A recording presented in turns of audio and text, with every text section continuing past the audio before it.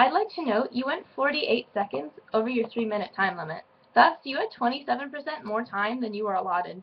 This inequality in time gives you an unfair advantage, making me fit more of my counter-argument into less time.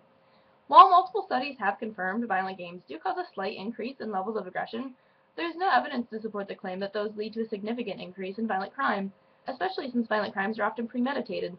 Levels of aggression do not equal violent crimes. You say I ignore the many complex factors behind violent crime, but so do you when you presume that by banning games, mass shootings will cease. You say there's a lack of causality between video game sales going up and violence going down, but you commit a logical fallacy by assuming there is causality between video games and more violence when no such evidence exists. According to a U.S. Office of Justice report published December 2012, if each of these arrests involved a different juvenile, which is unlikely, then no more than 1 in every 445 persons ages 10 to 17 was arrested for a violent crime index offense in 2010, or less than 1/4 of 1% of all juveniles ages 10 to 17 living in the U.S. Yet according to a New York Times article published February 11th, roughly 80% of high school boys play violent video games, and violent youth crimes are at an all-time low. The statistics lean heavily in my favor. The Columbine shooter may have used violent games, but he is one case among many millions of gamers. You commit a major fallacy by ignoring the complex factors behind violent crime, the same fallacy you accuse me of committing, another fallacy in itself. While you claim my counterplan is murderous logic, you fail to realize video games are nowhere equal to mental health in terms of violent crime, again ignoring crime's complex and multitudinous roots.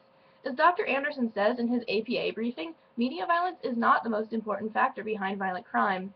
However, there are direct links between violent crime and mental disease. According to the National Institute of Mental Health, 45% of prisoners, 56% of state prisoners, and 64% of jail inmates have serious mental illnesses, proving a serious link between mental health and crime. You say it can't be proven video games cause or don't cause violence. That's a pretty ambiguous statement to justify a ban on violent games, which comprise a substantial part of the entertainment industry. You fail to address the economic implications of this ban, saying it's better to have more bureaucracy than lose lives. But a ban on video games won't save lives. The right to life is essential, inalienable, but what is life without the right to free speech? As Benjamin Franklin once said, they who can give up essential liberty to obtain a little temporary safety deserve neither liberty nor safety. My counterplan is in fact mutually exclusive, as I can prove it is undesirable to enact both your and my plans. And my plan has fewer negative effects while being a better use of government money. As previously stated, the government lacks sufficient funding to both enforce your plan and provide better mental health care and enact restrictions on guns. In order to raise said funds, the government would have to raise taxes, driving us further into debt and making life more difficult for the citizens of this country, many of whom struggle to make ends meet as it is.